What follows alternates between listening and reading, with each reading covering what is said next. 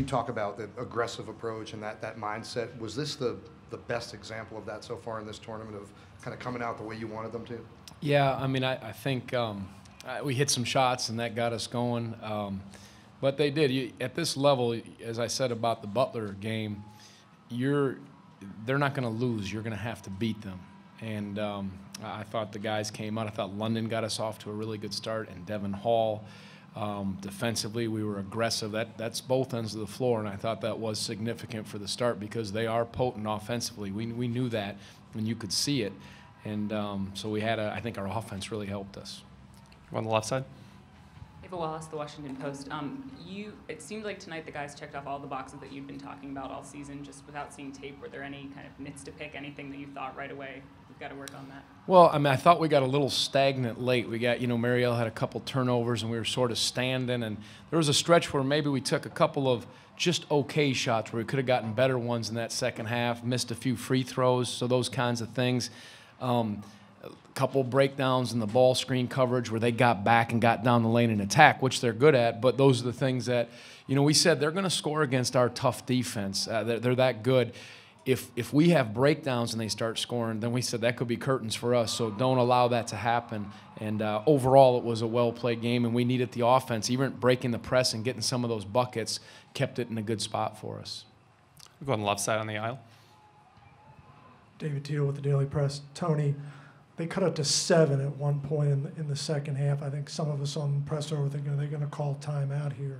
You just stood there, raised 3 fingers, got the ball in the post to Toby, who scored on a 3-point play. How much confidence does that show that you have in your team to weather that type of storm without a timeout? Yeah, and we knew they'd make a run. They're that good. They had missed some shots, and we were shooting it so well, and to say we were going to keep that up, hard to say. So when they got it, I thought maybe one more possession, I would have called one, but we just thought we needed to go inside. That's where I mentioned that maybe we took a couple just okay shots and not good ones.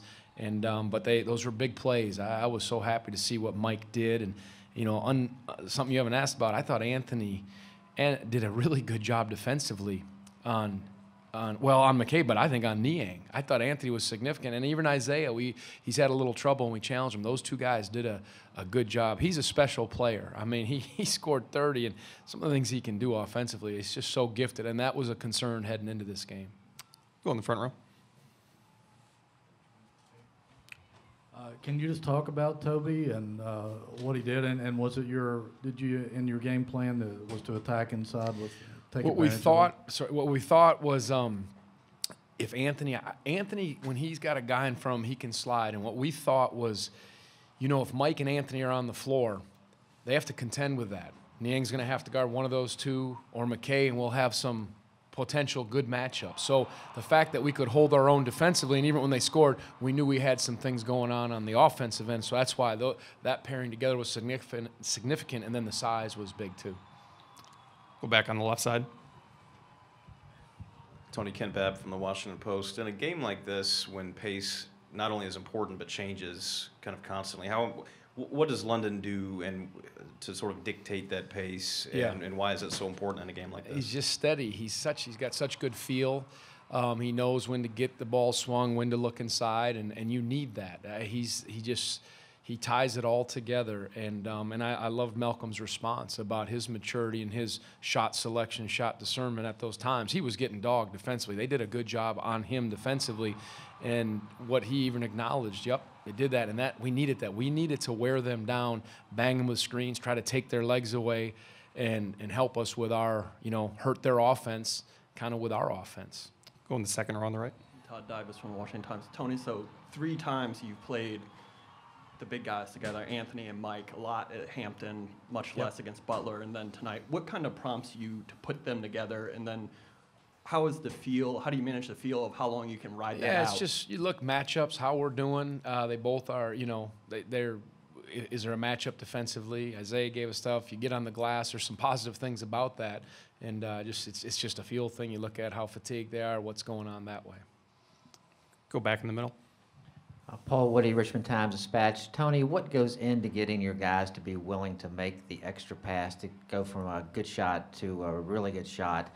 And what type of court vision do they have to be able to see everybody? Yeah, it's that idea of, one of our pillars is unity, and there's an African proverb that says, if you want to go fast, go alone.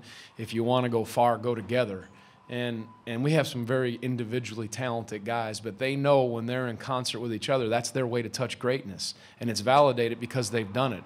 When they share the ball, when they get good shots, they celebrate that. There's such a unified group that way, and there's not egos in there. And I think that experience of playing and being in tough settings has made a difference. But can you move them? And we knew the significance of that against this team. And every game, you got to buy in, and it's a new commitment. And they embraced that in this game offensively, what they needed to do. Go back on the right side.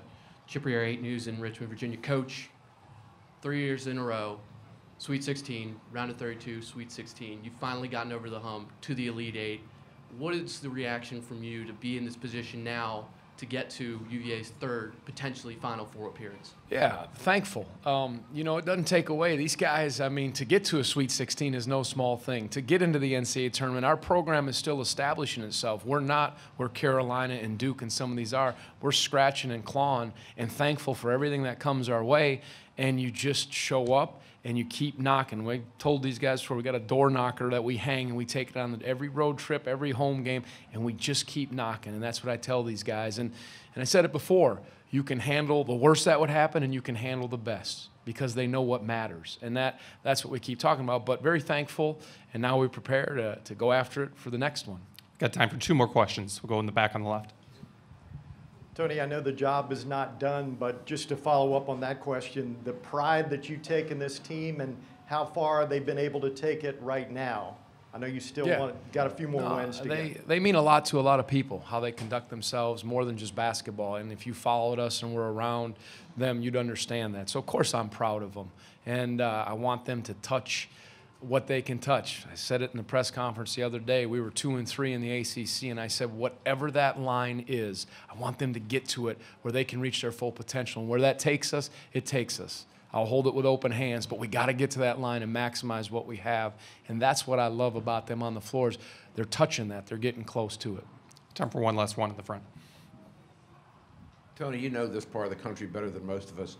Did you anticipate the huge Iowa State contingent here today? They did have. I heard the roar, and Whitey asked that question. I didn't know. I think I think a lot of people were hopeful that there'd be Big Ten teams in this, but Iowa State, Midwest, they have great support, great followers, and we had a great turnout too. They were roaring too, but we knew we had to. We just knew we had to go get this one, and you couldn't. One good story. My father. He came to the game. You asked that question. He came to the game, which I never know if he's going to come or not. That's his first game he's come to. And he told me, we spent about 15 minutes in my hotel room before we had our pregame meal.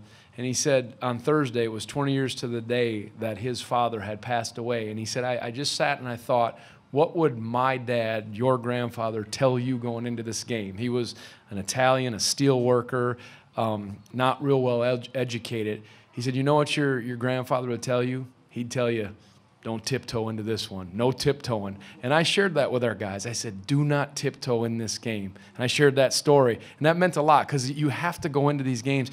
You can't tiptoe. You got to go get it in our way. And that was just really cool. It was a sweet time with my father for about 15 minutes. And he came to the game, and I don't know if he behaved himself or not. I didn't hear, but it meant a lot to me, because he's had you talk about a man who's poured into my life, and it's overflowed into so many other coaches and so many other people, and these biblical pillars that these guys talk about: humility, passion, unity, servanthood, about trying to be the best team. That's from him, and that's impacted a lot. So I mean to sound off about that, but I knew that going into that game, that was going to be significant, and I cherish that time, and I'll have that always. Coach, thanks for your time. Yep. Appreciate it.